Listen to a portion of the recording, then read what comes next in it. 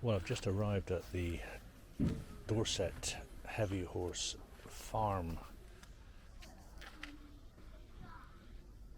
attraction, and I'm not far from Verwood, which is in the Wimborne area, and I thought I'd come here this morning because it's a bit on the cooler side and have a look at some heavy horses. Now, I'm not looking at a heavy horse at the moment. I'm looking at a very small horse, and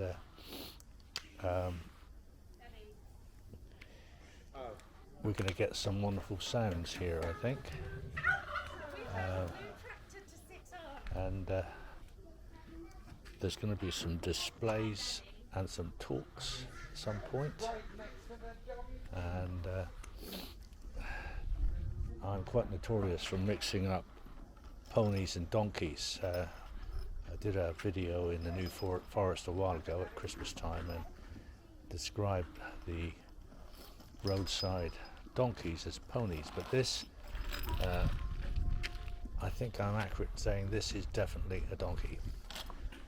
And hopefully being treated better than some of the donkeys you hear about the mistreatment of in countries in Europe. All sorts of things go on here. I'm here early in the morning. They haven't really got started, but I'm doing a bit of filming as people come in. And we have pit ponies here, used in the mines in the 1800s. My goodness, they were worked hard, but I think they were well looked after by the miners who realised they were doing a lot of the heavy lifting for them. And I think they want some food, but they're very friendly and stocky, and I imagine were faithful servants when they were down the mines. And we've got some rare breed turkeys here, and my goodness, they are absolutely magnificent, particularly the one on the left. I presume the one on the left is the male and the other one is female. That's a presumption.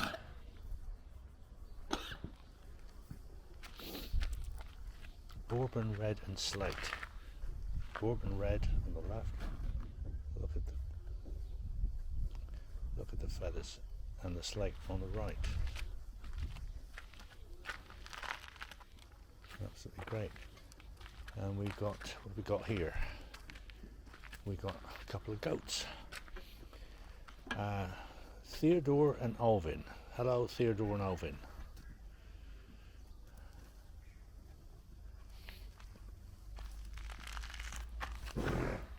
Hello. I've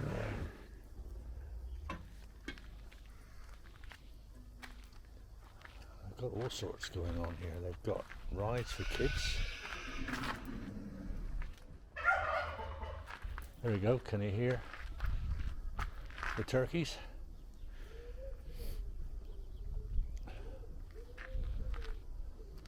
There's a Canadian cartoonist called Gary Larson. You should look him up. He's a very satirical cartoonist, and There's a picture of a large horse with turkeys on its back, and the caption is, "Don't let the turkeys get you down." Of course, we would use the word turkey sometimes in our language as people or situations which are really stupid, and I guess we could say turkeys are stupid. And we've got some ordinary rare breeding chickens here. Now they seem pretty happy. This is really quite the place. And we've got pigs here, Iron Age pigs. We have Helga and Greta.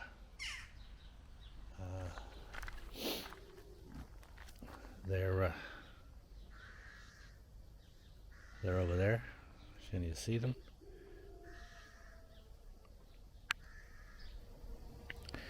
Just kind of having a morning siesta.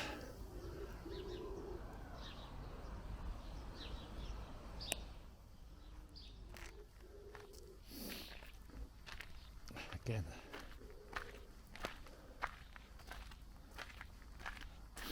they have a lovely life here, apart from us humans staring at them incessantly. Oh, we've got some alpacas over here. Or is it llamas?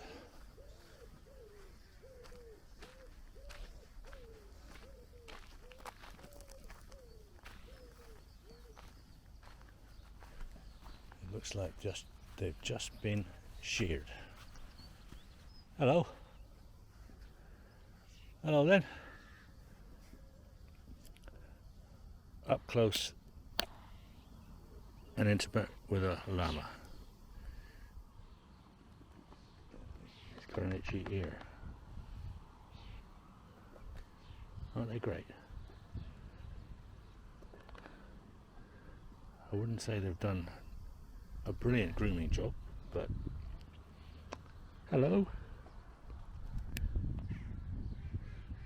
Haven't got anything to feed you, but I'm sure you're well fed. Swinging round, they've got a lovely space to roam, and we've got Barnaby, a little horse with a big attitude. He's a skewbald miniature Shetland pony across Falabella. Although Barnaby is quite happy receiving attention from our farmyard keepers, he does not like the company of other horses, hence he lives in his own paddock. He is the smallest pony on the farm, although we do not think he is at all aware of this. Barnaby is a very excitable character. Each morning he will charge up and down, make lots of noise as soon as he sees his keeper coming with his food and a brush ready to be pampered. He may be small, but he tends to leave a big hoof print in your heart. Isn't that great? And here he is, Barnaby. Barnaby with serious attitudes. He's not even bothering to look at me. Are you? Hey! So I have to move round to get you to look at me, eh, Barnaby? Here you are, folks. A very small horse with a very big attitude.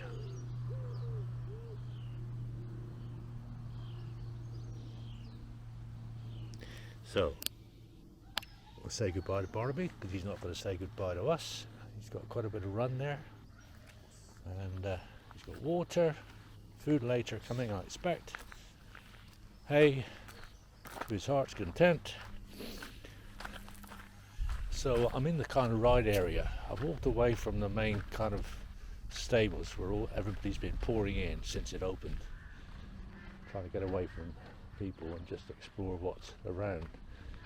So I've got lots of things for the kids, kind of an outdoor adventure play area, which is really nice. Made from natural wood as much as possible. This is good. Lots of farm sounds.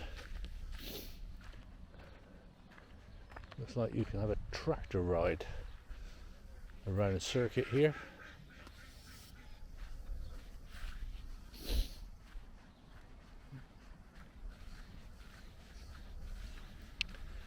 And we've got old sort of Romany gypsy kind of trailers and trucks and stuff.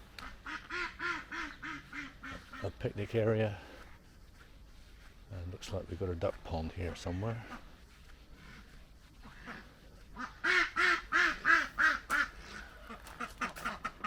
I think they've just got out of bed. Oh well. Hey, you're gonna pet me to death. Yeah, looking for food, aren't you? Yeah.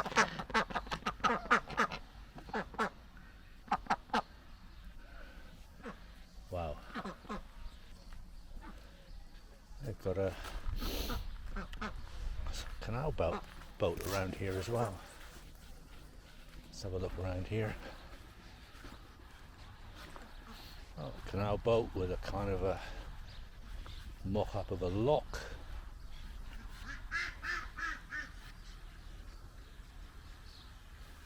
And a horse supposed to be pulling the canal boat. And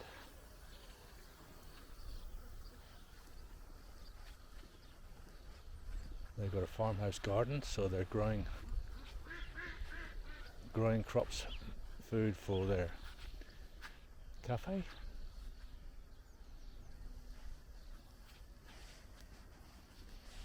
And of course they have a cafe, which I'm walking towards now. Don't you just love all the sounds? It's fantastic, isn't it? Now we've got a pony parade.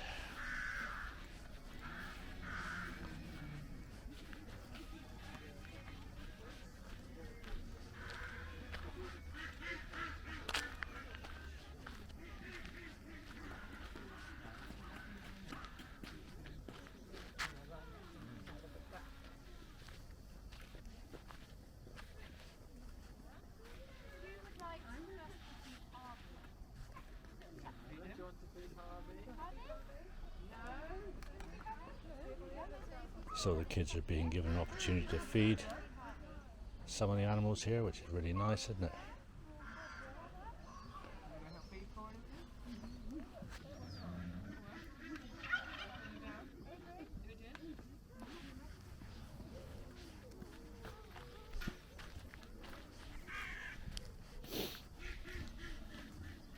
Little girl here. It's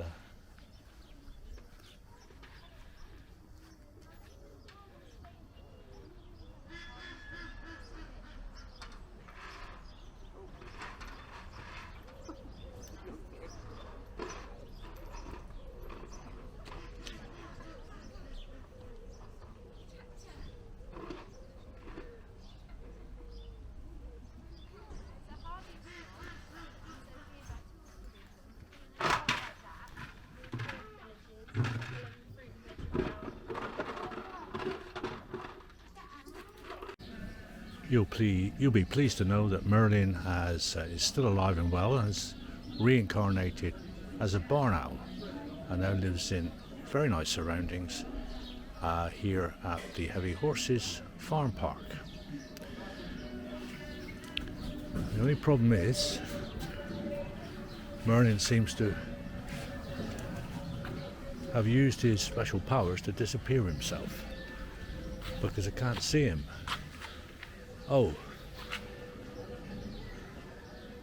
and he's got Gizmo with him as well. Now that's not a name that really conjures up kind of the mystical and the magical, the supernatural, does it really? But I can't see Merlin or Gizmo. So they've cloaked themselves in invisibility.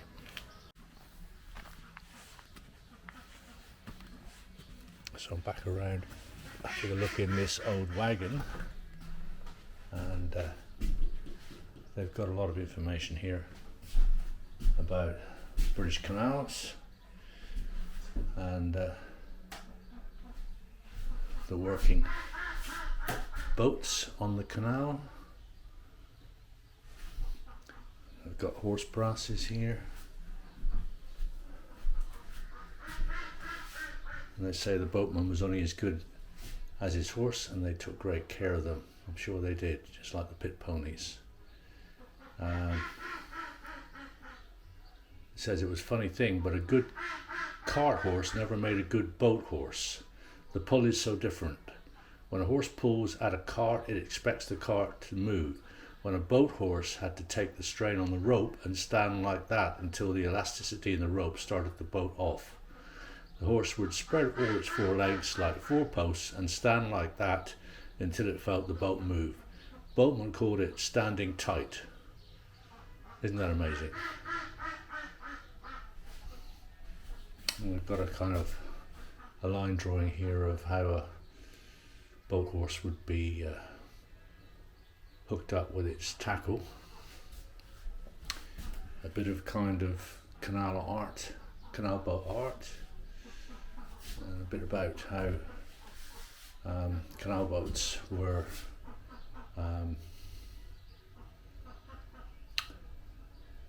decorated as a tradition, and they had sign writers at the boat yards, and they had letter painting done by the boat builders who made and maintained the boats.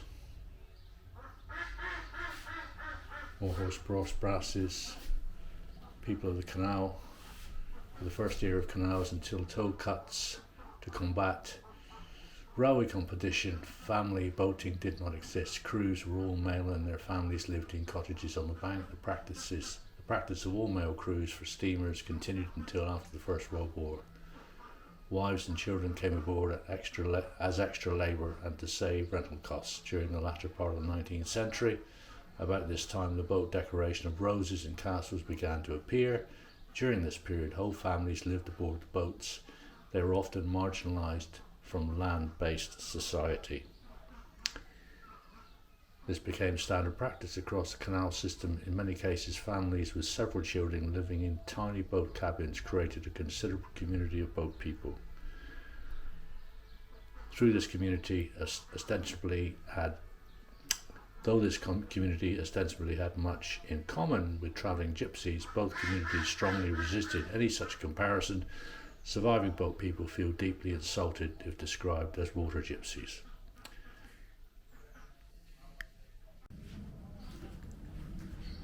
In this shed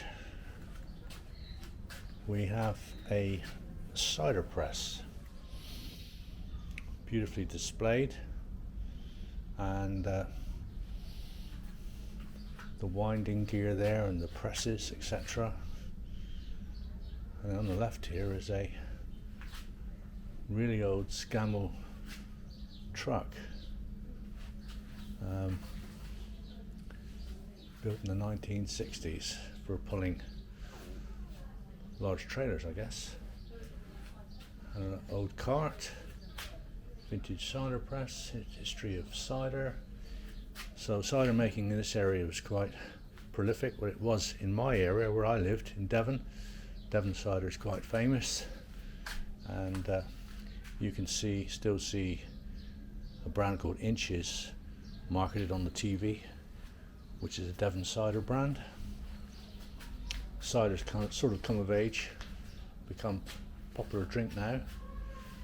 So quite a nice exhibition here. And this is an absolute perfect destination for young boys and girls possibly who just love anything tractors. And now I'm in a very large rabbit hutch. And the first one I'm looking at here very large rabbit.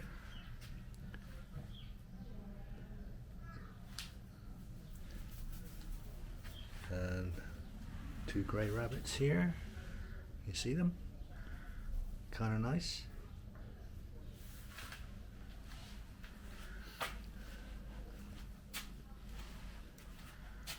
And there's more over here. Topsy silver fox.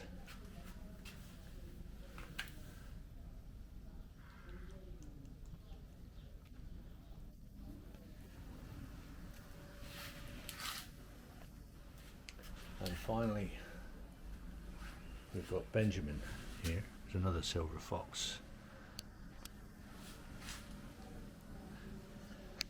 He's determined to turn his back on me, happily grooming away. And we've got pony rides for the kids. Kind of nice.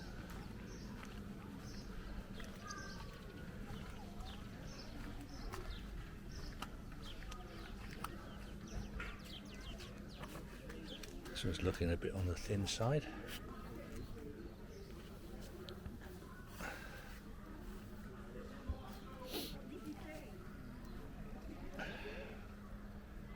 Do seem a bit bored though, don't they?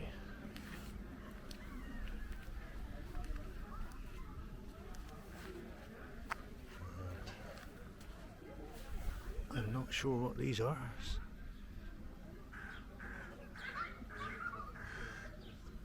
I like their hairstyles. Dorset Heavy Horse Farm Park. But where's the wagon? So we're starting to look at some of the horses now, and this one's called Lightning. It's a gypsy cob, and they were used by the Romany community. And heavy bone, abundant feathering. They have a lucky moustache. They certainly do, don't they? Yeah, can you? There's the moustache. Can you see the moustache? Hi, Lightning. Show us your moustache. Beautiful, aren't you? Absolutely gorgeous. Whoop.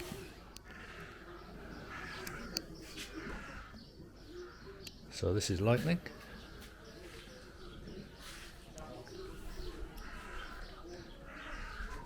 There's two more there, but I can't get very close to them.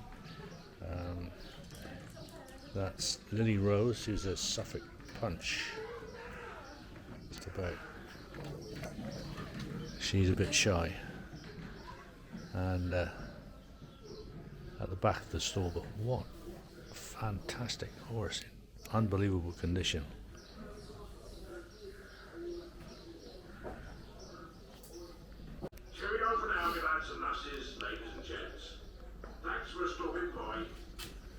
So this is a recreation of a blacksmith shop, a forge. This business has been going for donkey's years.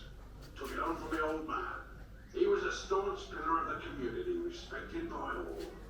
That's what he used to tell me as a boy as he hammered away. And that wasn't all he told me. The ancient and venerable craft of blacksmithing lifted man from the Stone Age. One of the oldest references is in the scriptures, Genesis chapter 4, verse 22. Cain, an instructor of every artificer in brass and iron. Years, I tell you, for years man's been doing what I do. It was the European smithy that had a thorough understanding of the technicalities of iron. We've got some Romany carriage displays here. Romany caravans.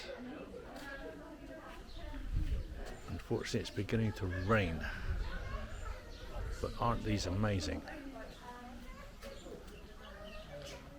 There are three here.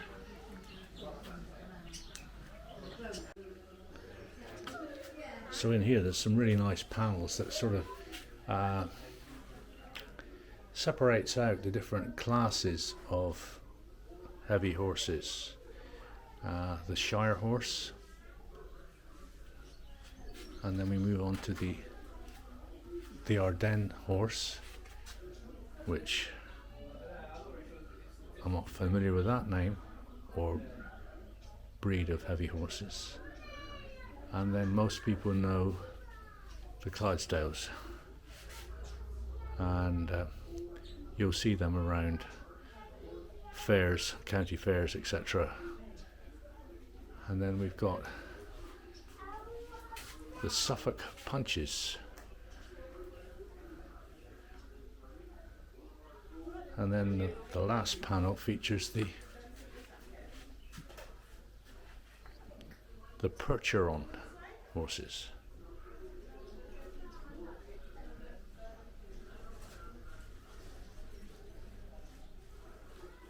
So we've got some really good information and pictures here of the various classes of heavy horses.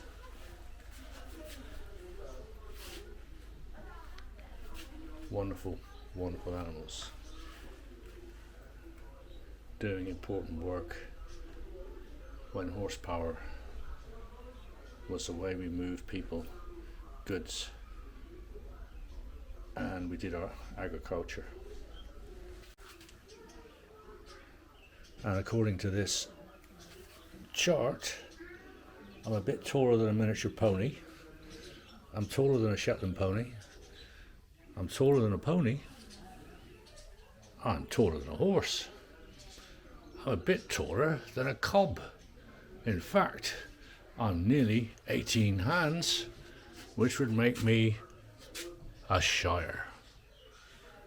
Wow. And here we have a 1929 petrol engine chain drive Scamel called Old Basil, and it was used for making roads, road surfacing. And you can see that there's the chain drive. What an amazing machine.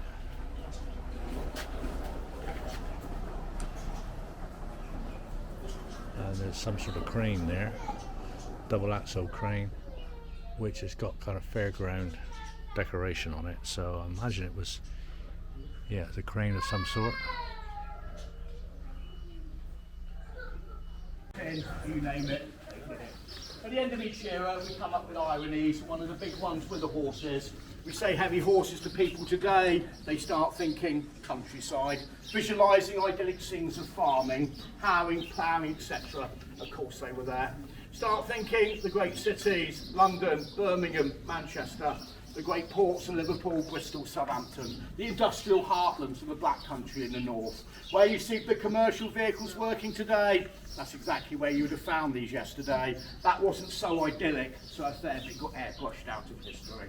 Another huge irony was the First World War. First places to lose the horses were in fact the cities. London, stripped of horses. Dray horses went, omnibus horses, cab horses. City horses, much more used to noise, bustle, that type of environment if you like, than their country cousins were. The country horses were in fact the last ones to go.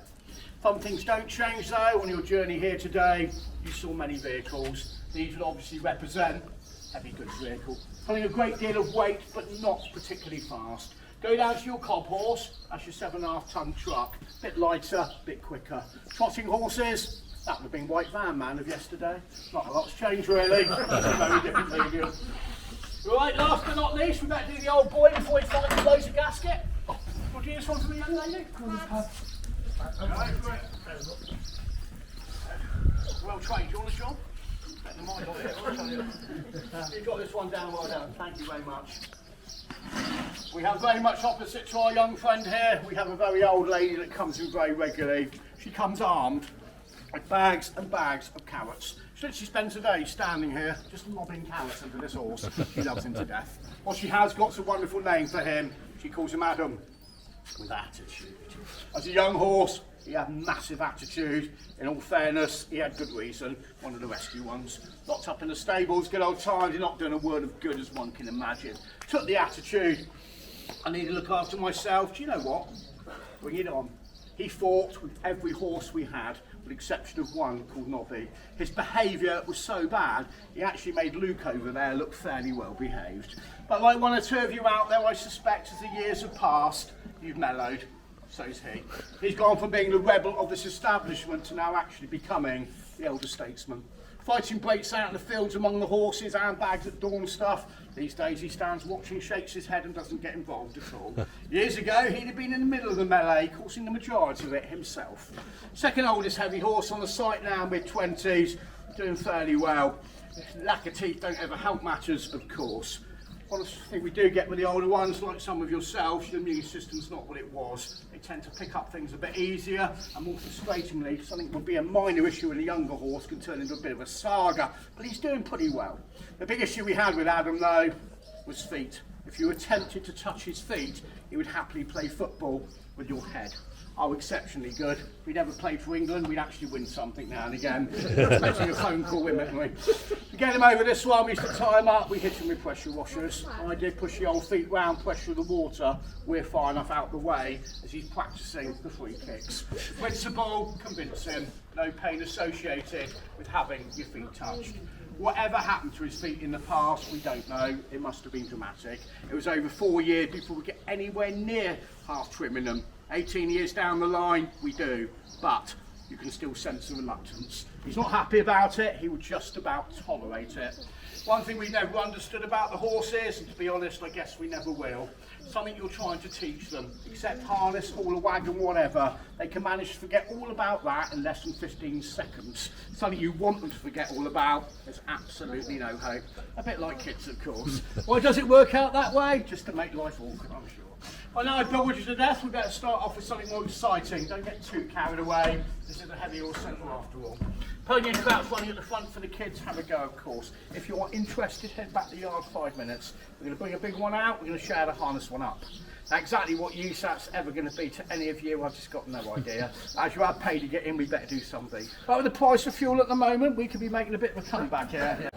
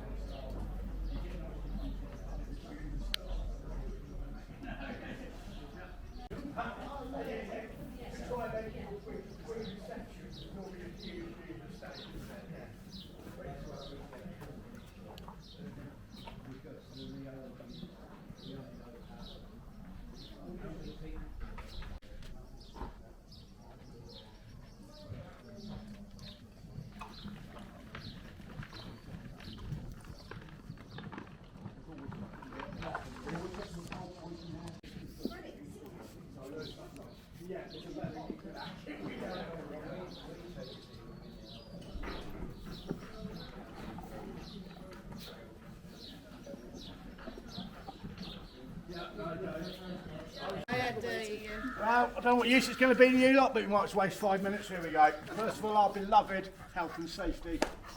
It's common sense not to stand behind horses, but to be honest, we could not care less. At the end of the day, these are draft horses. Everything they do operates from behind them. If they're not happy what's behind them, to be honest with you, they've managed to pick the wrong job. We are much, much more concerned with them treading on your toes. Please be careful. We'll show you why. You don't want that coming down on your foot, I can assure you. He weighs around 900 kilo. He will cause very serious damage. Yeah, you know about that one, I tell you. I'm not sure how much your shoes are worth. No, not a lot by the looks of it. We are looking 160, Kent 250 now to shoe a heavy horse. Yes, you do wonder who's the boss around here when the shoes cost more than your own. But if you want to be kept particularly rich in your old age, you make sure little one becomes a farrier. You can earn £800, £1,000 a day, which is hardly bad money. And don't be put off, young lady, we do have a few lady farriers out there now. Most of the boys won't touch heavy horses anyway. It's much too much like hard work. They can flip through the ponies an awful lot quicker. Your career's now been decided for you.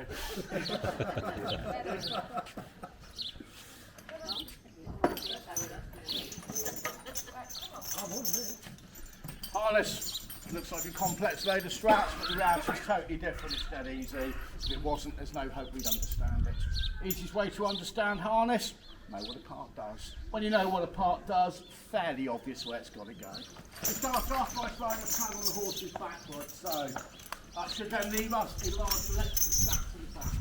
The big strap you can see is for the breeching, and what it is in reality, of course, is our brake system.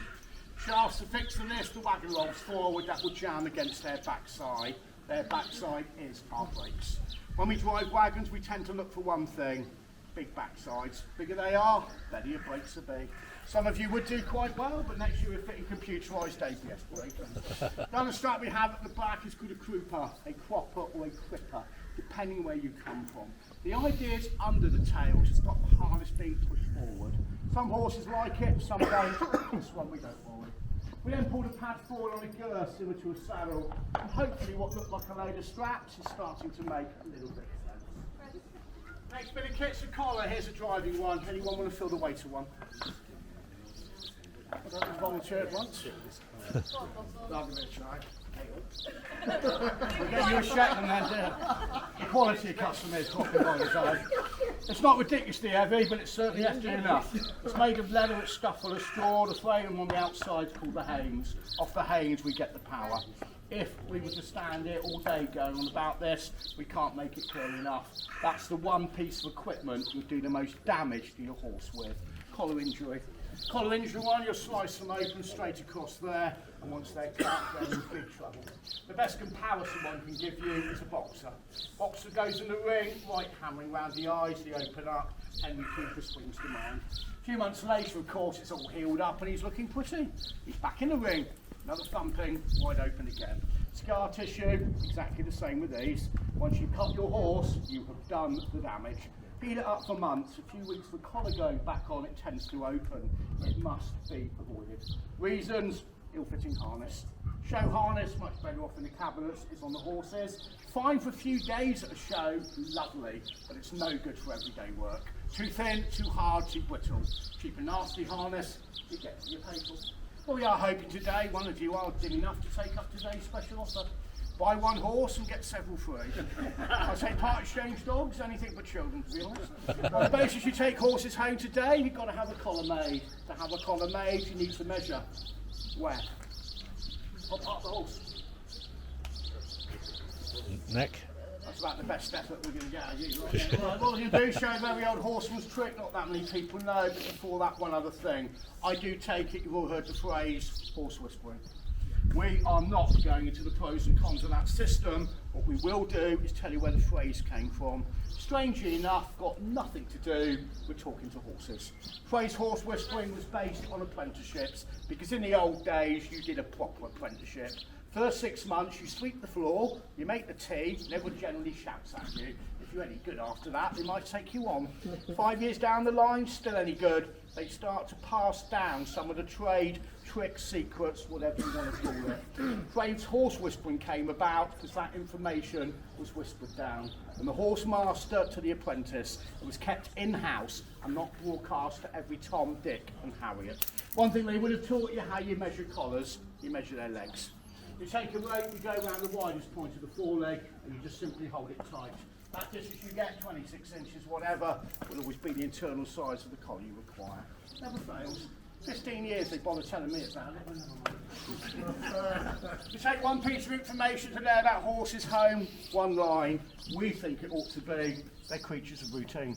They love routine until it drives you up the pole. They don't like changing stables, fields, jobs, anything. We believe it gives them security, because they're flight creature. Uno was brought up on a split collar, so that's what we're going to use today. This is in fact an Amish system from America. We tend to use a lot of Amish equipment now. We use a split collar, we must swap the haze on separately. Of course we will. Next bit of kit's a bridle. It's a driving one, fitting with blinkers. You all know what the blinkers are for, to stop the horse being distracted from the side. They work well, they are not foolproof, and you can get caught big time. Horse can hear noise from the side, cannot see what's creating it, they can panic just the same. We believe they're designed for battle. Anyone here that knows the slightest thing about horses will know they're a complete bunch of wusses scared of a dustbin liner blowing down the road. And that is of course because they're flight creature. See something don't like, not sure, not happy about it, the natural reaction is to turn and run. Bearing that in mind, we spent years pondering, how did they get them into battle then? We know most of it was repetitive training. They brainwashed the horses. Day after day after day, they kept charging horses up and down. And had lined up men like you are now, just charged them at the line. As the horse hit the line, the men just parted. They allowed the horses to run straight through. Horse became convinced that's exactly what's going to happen on the day. Of course it didn't, the men stood firm. But once they'd broken the pike lines, we believe that's where blinkers came in. In fact, in those days, they were called blinders. They used to come round a lot further. The idea is to blind the horses from the chaos of battle. We know they stuff their ears with rags to stop the noise, otherwise they'd probably have the common sense to turn round and leg it in the other direction. Anyone here that's ever suffered the joy of trying to get a horse in a horse box that's scared of the idea, well appreciate the issues of trying to stick one into battle. It's totally against their nature. Bit we're using today, Liverpool driving bit, one bar, interesting piece at the side. That's where reins and lines go. Hit the top and pull it, very little leverage. The further you run the rail, more force into the horse's mouth. See horses working, take a sneaky look where the lines are. At the top, spot on quality. The further it goes down, the bigger your problem's going to be. Do not apply that logic to one you're about to purchase off a dealer, it won't make any odds at all. If he is determined to offload the world's worst donkey, he'll still stick it at the top and discreetly pull it an awful lot harder. It's far too much to give away. It goes on the horse's mouth, it goes on the tongue behind the teeth. They say how far enough back to make them smile, but not like a Cheshire cat. The next piece of our very expensive and highly complex equipment is the power steering system. As one can see, I've wasted absolutely no money here today on you lot. Today we are using plough line. I could just as easily use reins. We actually prefer line. It doesn't slip in your hand in the wet like leather does. Reins and lines go through what we call turrets. We can have a turret on the pad, we can have a turret on the collar, and we come down onto the bit. Lots of people tend to think we drive the horses through rein and line. It's not totally true. If you stand there for just a moment, consider the size of the line, compare with the size of the horse, I'm sure you'll reach a different conclusion. This horse decides he wants to gallop off right now to say Bournemouth or Pool. You can all grab this, you'll have a very exciting journey. It's actually quite similar to water skiing on land. This is part of a system, the other parts are simple. Training of the horse, routine of the horse, voice command, relationship with the horse. Put it all together, sometimes it works. It's on its own, it's nothing more than a token gesture. We now got the lines up through top turret. We can now move horse on without tripping us or horse over. We finally add the bling. It's amazing what you can tart up with a bit of bling, but some of you will know about that anyway.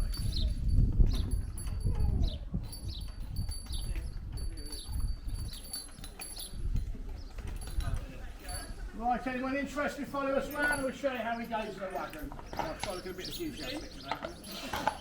I do apologise, it's in Suffolk, it's the best I can do. I'm going to push on the back end, it might speed us up.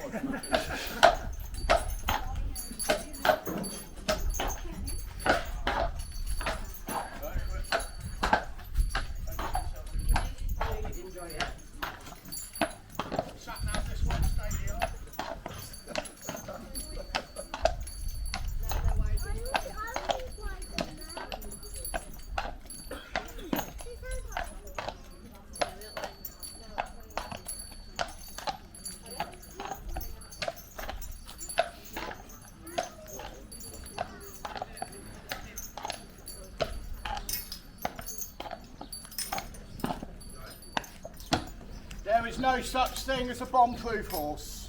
Bomb-proof clearly means you've not found the problem yet. This is a very good horse with one slight issue. He's not that keen on backing in the shaft. We are cheating, I know. Who cares? Makes life easy. Shafts and the wagons are for steering as the horse goes left and right. Pushes shaft, steers the wagon. We must support the shaft. To do that, we drop a chain over the top. Hence why it's called a chain pad system. This is traditional harness that would have been used for centuries. Contrary to popular belief, the horses do not pull you along, they push. They push into the collar, we reverse power with what we call tug chain. We have power, we need brakes, they've gone the same way, we are now ready to roll. Just before we start the wagon rise, one last thing of course. If you do ever take one on the road, two tips, two things you must take with you, apart from horse and wagon. First one is Stanley knife, razor sharp knife. All goes pear-shaped, have an accident, turn it over, stick it in a ditch, leap off, start shearing the harness, let the horse go. There is no odds.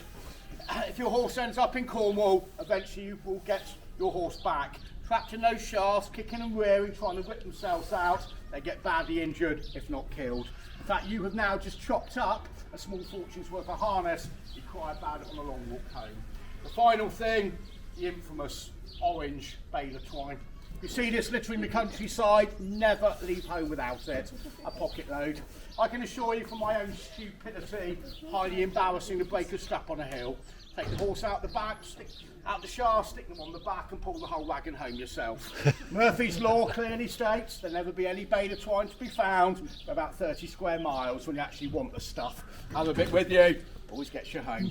Wagon rise, this one obviously starts here, next one out the yard, 10 minutes, and we'll work the wagon till 1. They get a break, we then work till 2. They'll be kicking off all the kids' stuff in between, but only runs once. I run all morning, so it's up to you. First crew, climb the board, dogs are more than welcome. Go for it.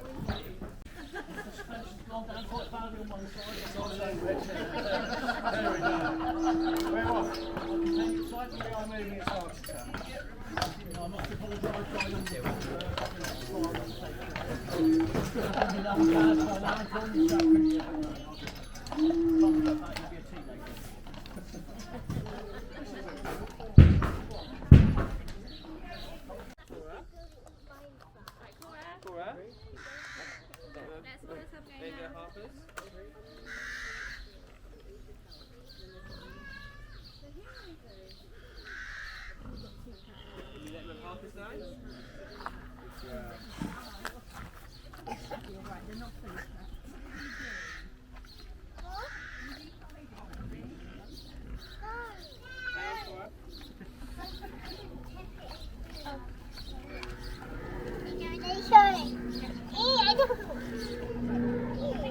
If you've got a little bit left in your cup, just chuck it on in.